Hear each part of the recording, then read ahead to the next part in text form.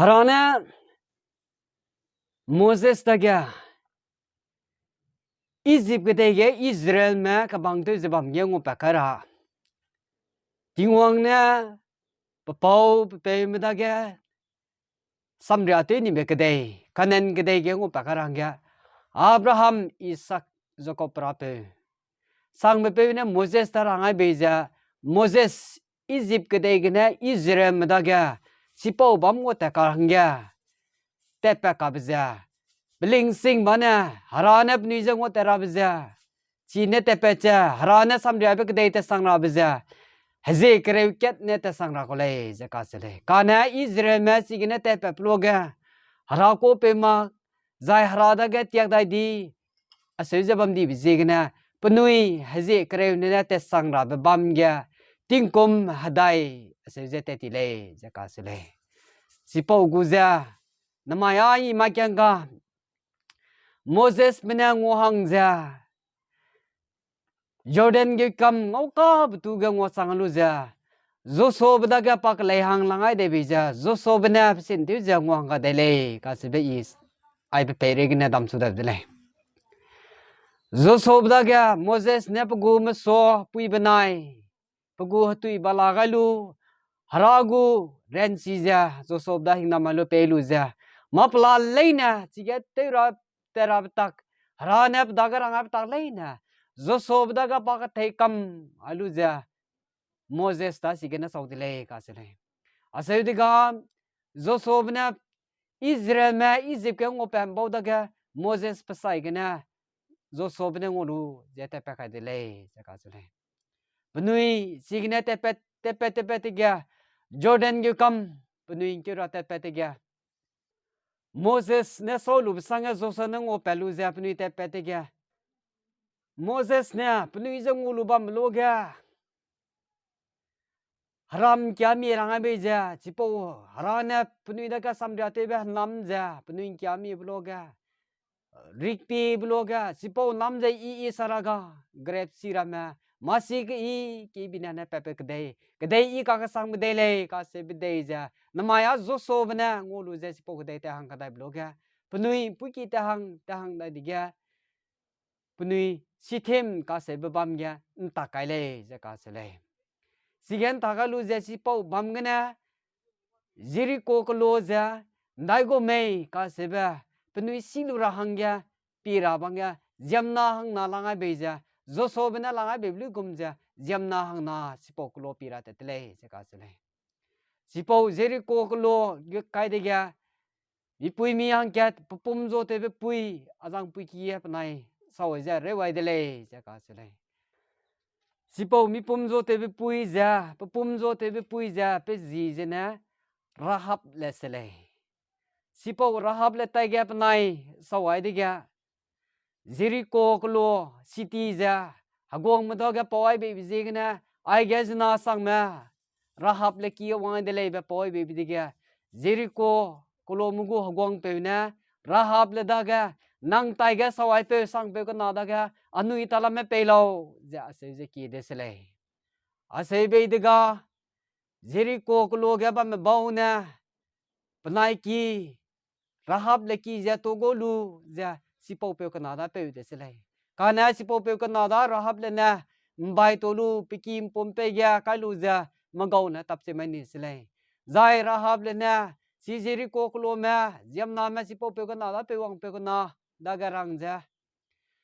azang haram kya pi wang pe ko na ja tuna gai na tetele nang nuin sa sang buri le ja se be de gya azang bau da azang pe ko na daga sa mi te ti dele pu ki ja ka se le penui jan sa te mi te ti ka kana sipo ja kering kam ja keregu kam ja kai lu ja zaman sa te mi te ti le sipo ka kana Rahab le na si pikia wang pe haram kiau mi wang pe kana daga haram pi wang pe kana daga Joshua gu zna kana daga pana piki gna kim pom gna jang na je ke ma pam gna suda luja pikiu mui sei poi gna haryana pe to le sele Rahab le ki ja si Jericho klogu kadai tau go ba wal tau go ba kung ya piki ja lung be ti ga sipau tu ga piki na te ti mi pe sipau window gana piki ung kam poi gana haria nan pa ke bi ja jang na pak le sele nang nai pak ta zai nan pu ki pak selo nang nai su sa tem ra mau hen wang do den nang nai su te gu le plo ra me te lo ja ka thei jun ai bi de le ka sele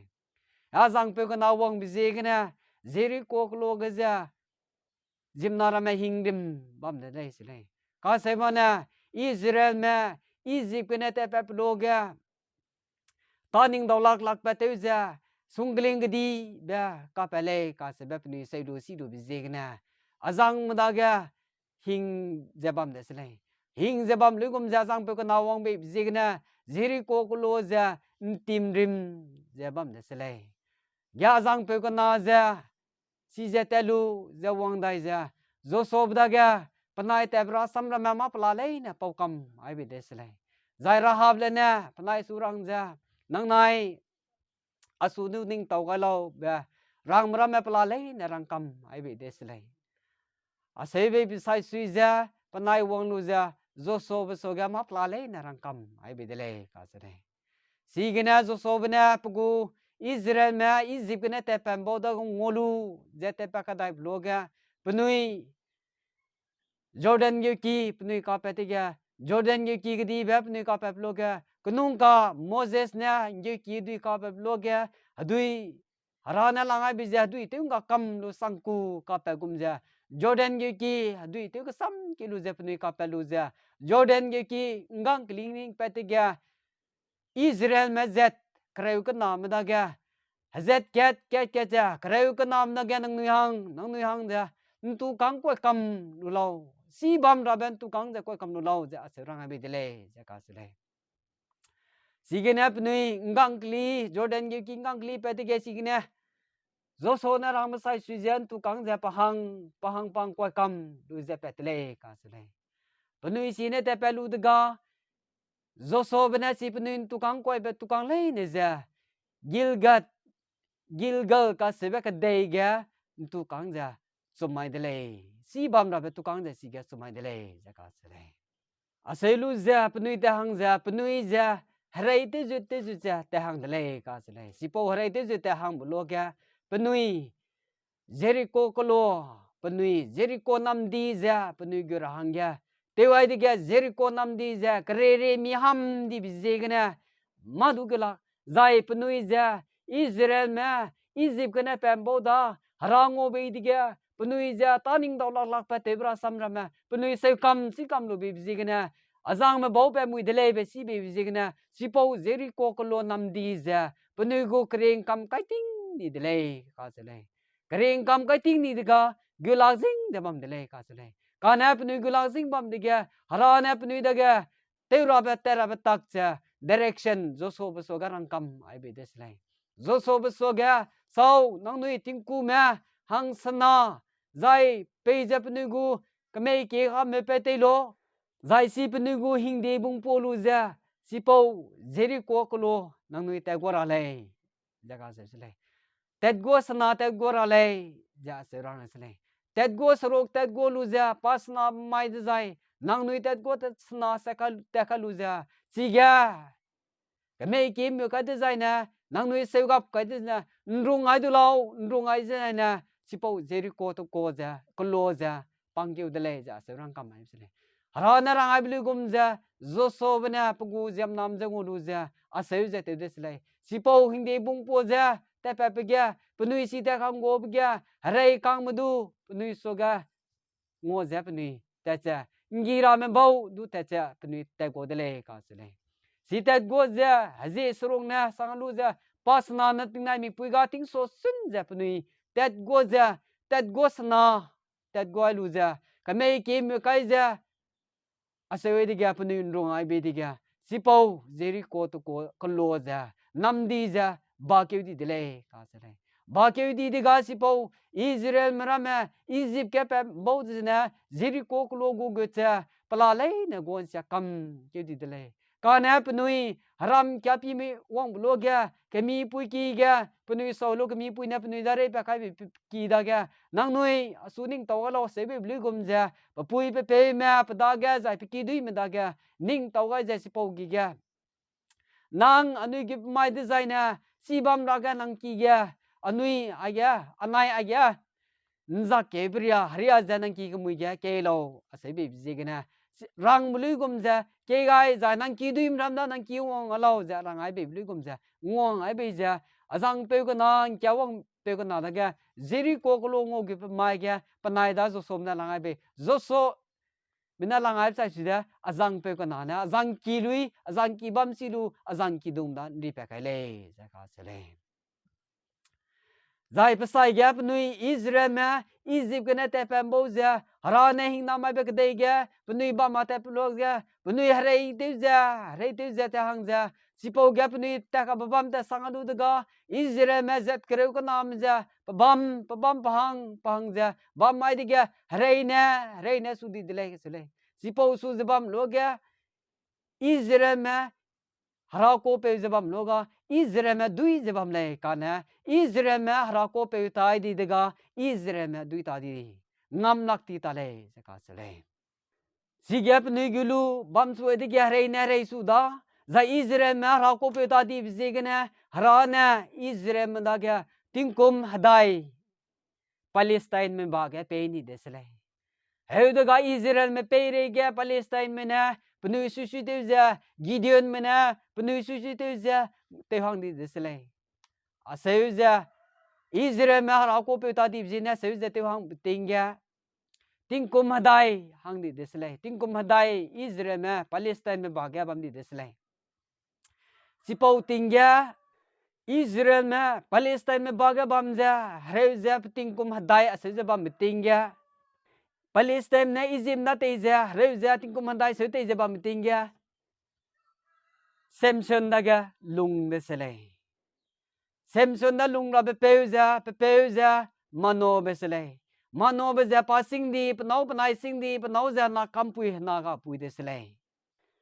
kana Israel mehre zeba mehra na ngolu silu bezegna Israel daga nri pakara hangya na kampui na ga pui mano benau daga na pungrangya tingim kene mina wong keuza pesura ngai be desele so nang pungule nang hanalung designa sipo poinaga nang rei mirale pe peitam gyuto marale ka babe tak pe marale ka babe nang te ma pe marale ka babe ta te marale ai po prale na dingim kene pe no wang kyuza si mona benau so garang kam ai be desle asai be diga sang puine pana pe so garang ai be desle ai po poinaga haragu naje kase bekau sang na ko le prensi bekau kedui bekau kengam bekau haragu rensi pung bekau sang na ko le si jina ka siaba ka ba ba kana le ne pe marale ja ase be blu gum ja papui pe pe na su te hang blo ga ai gum ram ma de pe mak ja pe tam ne ra tam nu pung nu ja hang de le ja ka se le zai pa sing hang ai de ga Palestine me Israel me Palestine me bang te ja hre bam ja pa na rana langai sai su ja pa nen ri pa kai dele ja ka sele pa na Palestine da du su di dele ra guren si te lu ja pa te su di dele ja ka sele ase ja pa sing hang ai de ga pa ja Palestine me le timna ka se be ka te ga ba pui hale pui da ga pan rai si di dele ja ka sele ase de ga pa pui nai pe na ha ayana anui rei te rei me le nang lu ra ko ma le pa na Palestine me le nang nawa hanga anui zet me anui ram dei me kiki ja la mui le nang nawa hanga se me ja ase ne be di ga pa na Palestine me pui sipo timna ge lu me pui da ga lu him sang le ja pa nawa hang lu de se le sipo pui da pa nong lu lu ja pa ja ngo bam ja Palestine me da ga pa na dui ja ngo hang blo ga zai sam pa na sa pe pram me ja sam rukom nya na probab nya na sa be di ga azang me Palestine me tui sila pram me pe ti de se le aseu de ga si alem pui da ga da pram zet me na pe je pa na sa be sam ki je ko me ka se be hen kli rang ya nang na pe da ne lo ja gum ram rang be de se le aseu be lui gum ja panau da ga panau je na sipo Samson da ja ka ne de se le ne de ga Samson na I da gum ja nang surang ra lo apui pe sulung ke pui pe sing dadu irang ma bam de da ka se de sele aseu de ga pnau na aseu na nang asu hung ma ko le na asu lung sang na ngom ma ko le aseu ra ma ka se de sele azang pui da aseu jong ngolung alu ja ta hang dai de ga pasang hang dai de ga pa gaza ka se be ka de ga mi pui mi pa pum zo te be pui tai ga pa hanna dai de sele aseu dai de ga azang pui tai ga Samson wa la dele ba CD bizegena peki za togoni deslay kana Samson miza tingmui mui dingena kareng kam kai kam nu za su togoni biza kareng kam te budak lo ragu ren si pumi daga si po te budak lu za teti dele za ka sele aseu za Samson naga Palestine za ngam nakti Samson za prensi te si za aseu za ham ga penui za dai gom tak te Samson na te serame ka se be penui pe za te je bam sele si pau tingya Samson za dilela ka se be pui da ga pa penau hang lu ka dai sele si pau galu dai bloga pa penau si pau pui da pa ngolung lu hang dai ga dai gom tak te ne prensi me dai gom tak te ne pa ka ngam be ba me ka se bra me Palestine me na si pau dilela da ga neu ra rangai be bizegena dilela ne padaga ai ram me pala le ne ka neu dele se ka sele kana Samson da ai ram me ma pala le na rang mang le se ka sele kana pana su hari api je ne yan di pala kle sipau ria ne se ne se ba kla kle sipau ne se ne sipau se la kle pana rang bam le ne te bi le du ma dang ka ngam me ga le pana rang be te lu Palestine da ku ngabe wa de gen di pra di pana kya tak te pana rang ram ne te ge Palestine me ku bi wa me pra tu di se di ma da te ngam nak ti le se le a se yu de ga di le la ja nang asuhung ma ko le na asuhung le di zai sam sang rang la le pling rang la le brun ne kyam sui di bi je ga na mai kyat ka na Samson be ja padagya sam sang ka pling ba rangai di te se le adaga rana ka ba ba tak te ma ra zai lung tok ke bi gena a pei sei na kat tu ge ka ma zing ba ko a pei tam ra tam lui le si na adaga ren te nga u le di zai na sei na te mak sing me na a pei tam a po kits na ba me za lu to na ra ko le si po di na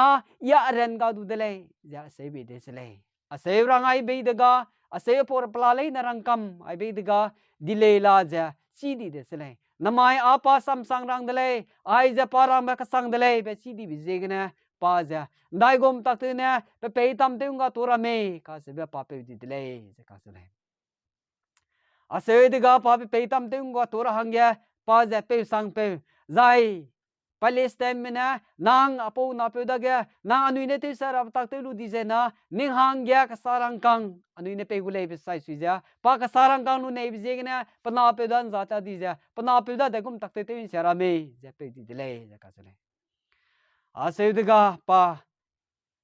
na pe da pe nien je lu ja pa na pe da te je lu nsei na ma lu te mak zing me na pe tam gyu to kam lu ja suga pielu za Israel Palestine da ga kuwe bi dele langai bi dele za ka sele ase bi diga Palestine na pu wang tu lu za pu suga te sa za pe mik let za kabang kia kai za zai padaga red ka lu se nyak za agum hangya penui te sa su di dele za ka sele padaga te sa su ji jabam tingya padaga kabang kia ka lu pe mik se ra mele tu kam lo Palestine me za pnui sui ja namaya anui za ngam je pe pe dui je ba me pe anui za te se ba me pe anui ra pe dagon ka sebra pe na mayan ri pe ka ne le anui ba ga pe ne le ja ase ja pnui sui ja pnui haki gdi ya wang du lu ja si ga ni ja ase de bam se le si ga se ba bam do ga pnui ra pe ja pnui to ja anui ra pe na anui ra pe dagon ra pe je na anui ba ga anui da te second su pe anui da dui je bam pe Samson da ga anui da bala be de le ja pnui sui je ni je bam do ga Samson da ga kabang ki gna lu pe tu lao se lu ja anui ro ga pe Samson na kai dulo ja sewi te silai penui na rang melu gom ja Samson na lupet zai Palestine mugu hagwang peli je sigebam dilai ja ka silai alu pelu ja haki gidi bugu siang di kana ga si Samson na ga ke ai dilai ja ka silai ai ga pe mik le to kam na zai ki gidi ge jam na nen to puting kang mudun dai dun to puting jam na sang sum da gum men to puting ja bam lai ka silai ai ga Samson na ke lu ja te nui te ja penui se ja bam le silai a se ja bam lo ga Samson ja pe pe tam ka sai na bo pe dai di silai a se blo ga pe mik se rap lu to kam ni da ga pa hara da ki de silai loket hang le do ren siang nang pe ga de lao ja a se je ki be de silai ai ga Samson ne ki sam ja hara de se sang alu ja Samson na ga pren si hara na loket hang pe dai be de silai si po mai na Samson ja palai kai ja nrung ja si po ki ja sui koi be de le ja ka silai sui koi be de ga si po ki jam na ki me ja sai di de le pa kring ting ga Samson na Palestine na ga te se persona pa sai ba mai ngo sai samai ba bau je na kin te le pa sai mai na te se pa kin te le ja ka silai Samson da Palestine na dui ja Israel na periga samram be pe rezete be pe tu ja prensi be pe tu ja dui ja bam pe tu ja tingkum kai panate wale ka sele aselu ja Palestine ma na pasuga te sep mai papum pa sai de papum ja Israel na koilu ja pe pe rau tai ga bai le ja ka sele Palestine me kadai bai maka penu kadai me bai le ja ka sele Prensi je bam pe dui je bam pe ja Samson me da gai de ga Palestine me na Israel me gu hingde bung luni de sele in Israel me gu hingde bung lu ja penu na re lu ja penu ra pe penu na ka lum pe dagon ka se pe tai ga kai de sele kai lu ting so su de ga si po penu ra pe dagon ka se ra pe ja Israel me gu hingde bung so ga kein kum kilu la le de sele aseu ga pnui ja ngolu ning daula sipo ja koi sulu ja kai de be apo sai mai de ga kein kum kilu pe bar me lak belu popum dang nu na bam no le apani sira me ngolu de ga ning daula ti ai po bung ja anuya na re silak le Israel me tala me lang to dang kile ja pnui lang to dai ni ne sele sipo tingya Israel me da ga Samuel bena samram be pe te je bam sle Samuel be pa singai diga Israel me da ga sauna ngora me ka se ba gwang ya Israel me pe su di sle siga Samuel bena harana ramlu gumja Samuel bena Saul beda ga Israel me gu hagwang hangya tau du no kai be de sle aseu diga Samuel bena Israel me gu hagwang te ja Israel na te hang de le je ka sle kana Israel me da te ma mati te maka Samuel beja o Saul beja hara ko pe maka hara ning ma ge te ja pesu su te ja hara na lam ge te mak ja pesu su te hang di beje gna hara ja Saul beda ga pelum pum di ja hara ja Israel me go hagwang hang ya kai kli to dai ra hang ya te di le ja ka sele asai lu blu gom ja Samuel beda ga hara na nang tet lu ja Jesse bena David pedagya nang Israel mugu hagwang hangya pedagya tawdu no karale ja ka se desle asai be digya Samuel beja haraso gya kakja dai gumja I Saul beda hingna Saul bena sute sa kudalo ja asai ja kakle ka sele kana harana rang be bulu gumja Samuel bena David pedagya Israel mugu hagwang hangya tawdu no kai be dele ja ka sele zai spo tingya Palestine men benai Israel men giza ke challenge ja aseu zengi bam de sele aseu zengi bam tingya Saul na hagwang pung nu ja samram nu ja patau ma ma ke te bam jegna haraja David ga hagwang hanga sokli de kana David ja spo tinga na kana re sele David cha na ba meeting ya David cha pe Jesse bugu kamay rei je bam selai pe Jesse bizna pana hang te set selai zai pe mi hang te set zai mi pui mi hang na le ja ka selai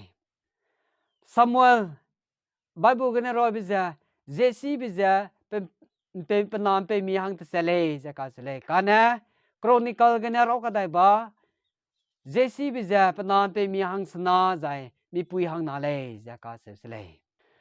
zai David pe ne pe kidung ro ga nalang be pe le ja ka selai na pe le ja ka selai agia David pe sima hang somana Saul bugu Israel bugu sipai te ja Saul mena reze te bu kang bam ja sipai te ja harai kang muro ka bam selai kana David pe za pe gu ka me mili re ja ase ja bam selai pa ja ka me mili re ate cha ting so gi re ate cha bam ting ya mai ke kana pe na pe su ga David pe da ga sau nang si mra mang ga tak te ra ba tingku te ra ba ma te ra ba ja nang te mi te lao ase ja rang ai be te selai zai se lu ja pnuing da gum ba mei ngko ta te ba mei pnui lam ja nang sing lu wang ja su rang ai te lao ja se be te selai ase be de ga pe na rang lu gum ja pa sila ma te selai te ga Israel menai Palestine me rei te ja ki ke da challenge ja kona kon rung ja ase ba me pa se lu de selai siga Israel mugu Palestine mugu kadi bepe dilang bepe didi tite prensi bepe Goliath peja petja Israel medaga challenge teja asja damja bam deslai asja bam loga David peleja Goliath penep nune challenge teja damja ke he je bam sam ki je selu dega padu pulung le lakti ja idu te gulai tat gulai ja ka se deslai asaya bediga pesi mena pesuka nyam de selai ledu pa hing maksa ikame mili rei jebam logya radi gedi mei zai go mei ko mei ke sia sia ba pranji si bong de banestu I dui lu be peulai I te gulai ja challenge te di selai pelung ne peti selai pada ga rala muilai ja pa chilu hing da di selai asaya de ga pa te ulai sebi bizegna Samuel budoga Saul budaga pa wong nuza pa ter hange ki dele jaka sele kana Saul bina budaga ter hange pe mak pele lun mak pele kana pana te him sang seudikya Saul bina nang hanare le nang ate ngam la le sebidikya ite gule ja pana challenge se be bisekna nang na him sang nang nong ka sang di zaina nang te ra di zaina hare mro ka lu lo hare po ka lu lo asebi de sele asebi de ga Saul na rang lu gumja pa hare po ka de sele kana hare po ka de ga pa kain sang ma ka hare po de pung talakti hare po ja ka ngam lakti sele asebi de ga pa ja ya na hare po ka ma kulai aselu ja pugu bang pi telu preu telu jai pugu seka telu ja sipo Goliath pedagya challenge ra ngira hangya pa ntu kang kwalu jete ti dele jaka sele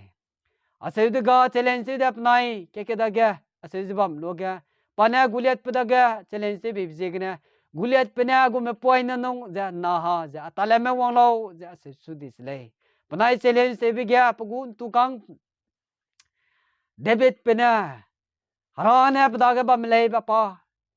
hing ma sa kuza Goliath pedate ja pugun tukang ge zelu ja peta simthat ni dele ja ka sele sim selu ja pugwang dang ni dele ka sele sipo pugwang dang ni dega Israel ma Palestine naga go ki ti dele Pranchi be pe kdui be pe kangam be pe Goliath kdi beja David pe ka sai kdui pe na dui ni ngam ni bloga Israel men Palestine mening dolak ti ja pnui ja hre hing di dele rango dele be pnui si di bjigna pnui pak ti dele signa Palestine naga Israel me ke ja te sa cha du gu ka dai dele ja ka sele aseu ja David na ngam ja aseu hang nega David penai Saul bakaka te se sudi desele eduga David pe ja Israel mgu pakana ba hagwang sele